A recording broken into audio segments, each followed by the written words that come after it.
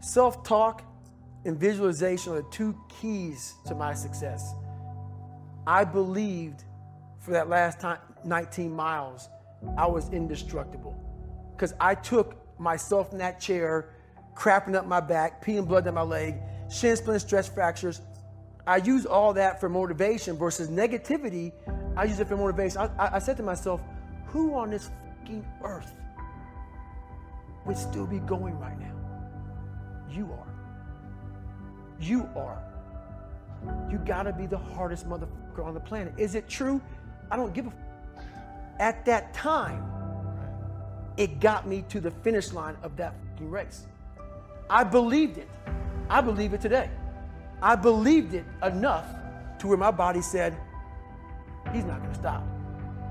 And I took all the negative things. I need to go to the hospital, this and that. And I used it all. Who the hell could even get out of that chair? You did.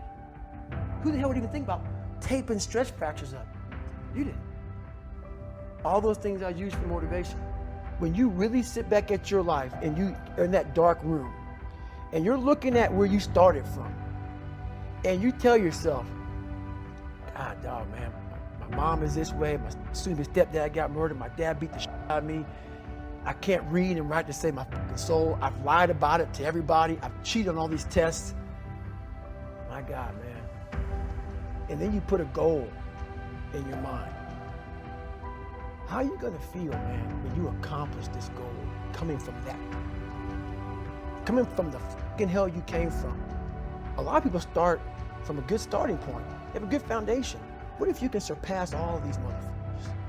If everybody who was way up here started up here, and you started with no legs. You had to grow fucking legs to even start walking, and then crawling, and then running, and then you start passing people with all this given to them. I had to use all this negative shit that was making me weak and horrible as a person. I had to use this as the power that now fueled me. I had to flip it on its head and say, hold up. This might be exactly what I need. The darkness is exactly what I need. It's how you look at your situation. And I was looking at it all fucked up. These are the facts, and they are undisputed. Your problems and your past aren't on anybody else's agenda. Not really. You may have a few people in your inner circle who care about what you're going through, but for the most part, no one gives a shit because they're dealing with their own issues and focused on their own lives. I learned that the hard way. On our drive from Buffalo to 117 South McGuire Street in Brazil, Indiana, when I was 8 years old, I assumed I was going to walk into the biggest pity party of all time.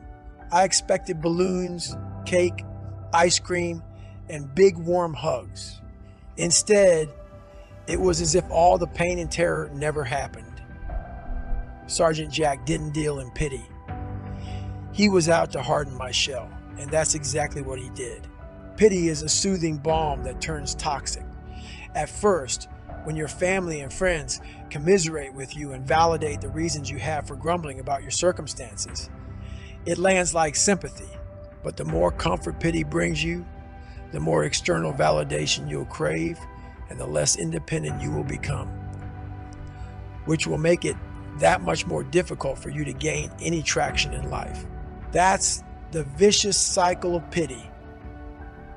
It saps self-esteem and inner strength, which makes it harder to succeed. And with each subsequent failure, you will be more tempted to pity yourself. Look, I get it. Life isn't fair or easy. A lot of us are doing a job that we don't want to do. We feel we are above the tasks coming our way, and that the world or God or the fates have sentenced us to live in a box we do not belong in.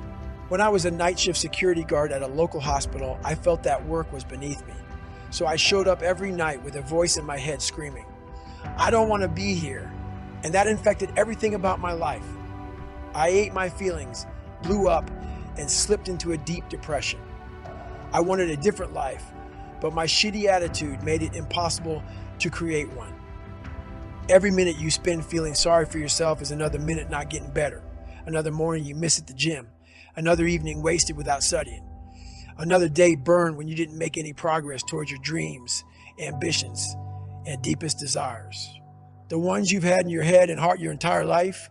Every minute you spend feeling sorry for yourself is another minute spent in the dungeon thinking about what you lost or the opportunities that have been snatched away or squandered, which inevitably leads to the Great Depression. When you are depressed, you are likely to believe that nobody understands you or your plight. I used to think that way, but when Sergeant Jack banged that trash can lid inches from my ear in the morning, he was telling me I wasn't the only little boy who got whipped or suffered from toxic stress. Sometimes the emotions we feel are a product of a fucked up past. Sometimes we just don't want to get up at 5 a.m.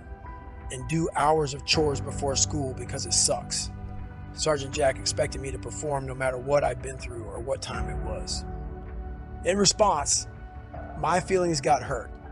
I stalled getting out of bed until the last possible moment and half-assed my way through my mornings as part of a mindless, mopey rebellion. He didn't give a rat's ass. That grass still needed to be cut. The leaves needed to be raked, and the weeds needed to be pulled. No matter how much I belly ached, this work needed to get done, and it would get done by me. My feelings were costing me a ton of time because no matter how I felt, there was a task in front of me, and that's all that mattered in the present moment. The only thing that ever matters is the present moment. Yet too many people let their depression or regret hijack their day. They let their feelings about the past hijack their lives. Perhaps their fiance left them at the altar or they got fired without cause.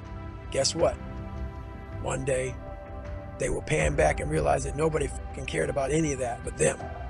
When you save on auto insurance for driving safe with USAA Safe Pilot, you'll feel like a big deal, even in a traffic jam. Save up to 30% with USAA Safe Pilot. Restrictions apply. I don't care what you've been through. I can feel bad for you. I can have sympathy for you, but my sympathy won't get you anywhere. When I was a young, damaged kid, feeling sorry for myself didn't help me. What helped was cleaning those white walls right the first time. We cannot get time back, so we must be minute hoarders.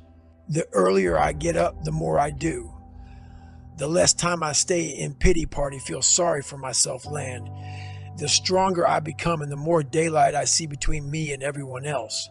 When you separate yourself from the pack by cultivating the values and priorities that lead to greatness, mountains of adversity and hardship become speed bumps, and that makes it easier to adapt to the road ahead and build the new life or sense of self you crave.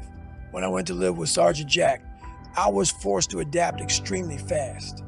Everyone was hard on me my whole life, but I came out of all that with lessons learned that stuck with me.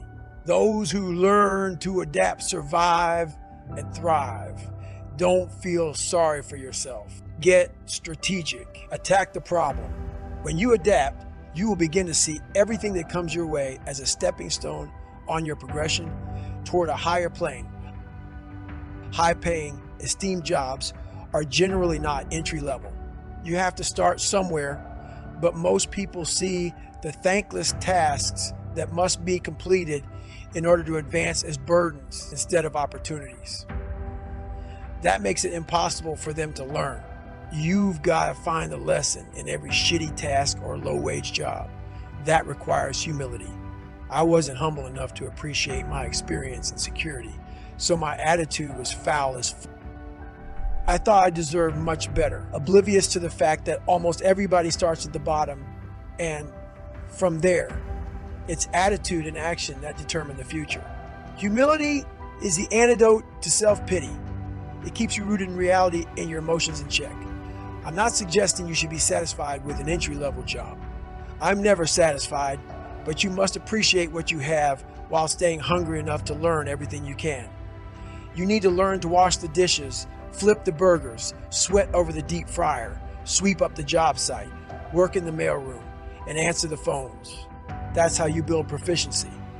It's important to learn every aspect of any business before you move up. You can't rise if you're weighed down by bitterness and entitlement. Humility hardens your spine and encourages you to stand tall, secure in yourself, no matter what anyone else thinks. And that has tremendous value. I once heard a story about a master sergeant in the Army named William Crawford that exemplifies the power of humility. He retired in 1967 and took a job as a janitor at the Air Force Academy in Colorado Springs. The cadets he cleaned up after paid him little mind, in part because he was reportedly painfully shy, but also because these cadets were elite students on an officer track, and Master Sergeant Crawford was just a janitor, or so they thought. They had no clue that he was also a war hero. In September 1943, the 36th Infantry Division was getting blitzed by German machine gun fire and mortars during a pivotal World War II battle for a piece of Italian real estate known as Hill 424. The Americans were pinned down with no escape route until Crawford spied 3 machine gun nests and crawled beneath rivers of bullets to toss a grenade into each of them. His bravery saved lives and allowed his company to advance to safe ground, and after the 3rd direct hit, the Germans abandoned Hill 424, but not before they took Crawford prisoner. Presumed to be killed in action, tales of his heroism spread among infantrymen and traveled up the chain of command.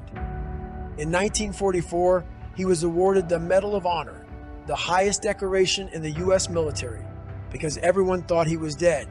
His father accepted the medal on his behalf. Later that same year, he was found in a liberated POW camp, oblivious to the hype surrounding his name. In 1976, an Academy cadet and his roommate read about that battle and connected the dots. Their humble janitor had won the Medal of Honor. Can you imagine what went through their heads? The Medal of Honor speaks to everything a military person reveres. Not the medal itself, but the courage and selflessness inside the human being who earned that medal. Those students wanted to be him, and there he was, mopping their floors and cleaning their bathrooms every day. Master Sergeant Crawford was a walking lesson in self-esteem, courage, character, and especially humility. The way I see it, Master Sergeant William Crawford had figured it the f*** out. The Medal of Honor didn't change him. He rose to prominence by staying humble and risking his own life to save others, and retired into the service of others.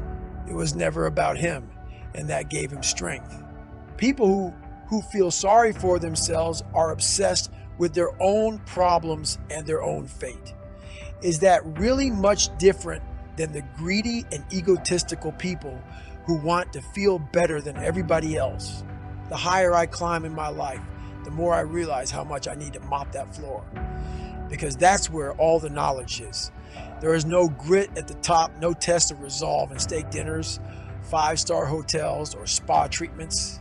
Once you make it in this world, you have to free fall back to the bottom in some way to keep learning and growing. I call this training humility.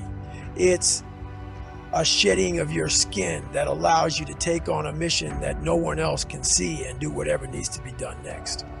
Trained humility is service, but also strength, because when you are humble enough to remember that you'll never know it all, each lesson you learn only makes you hungrier to learn more.